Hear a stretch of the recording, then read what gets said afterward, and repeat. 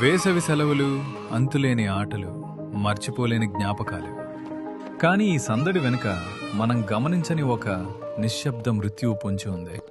పిల్లలు మైదానంలో క్రికెట్ ఆడుతున్నప్పుడు బంతి పొరపాటున ఆ విద్యుత్ ట్రాన్స్ఫార్మర్ దగ్గర పడవచ్చు.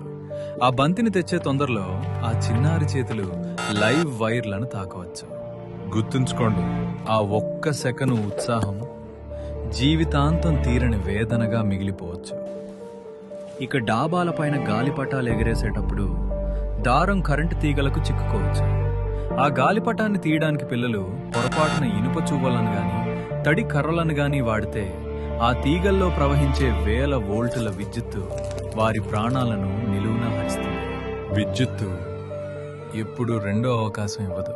దాగుడు మూతలు ఆడుతూ పిల్లలు నిర్మానుష్యంగా ఉన్న బిల్డింగుల్లోకి వెళ్తుంటారు. అక్కడ నేల మీద తెగిపడిన కరెంటు వైర్లు ఉండొచ్చు.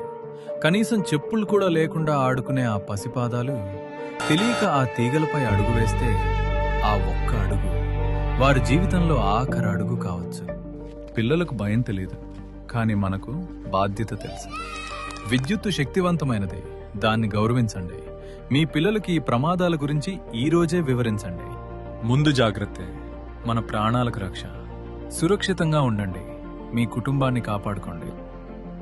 ప్రజా ప్రయోజనార్థం ఏపీఎస్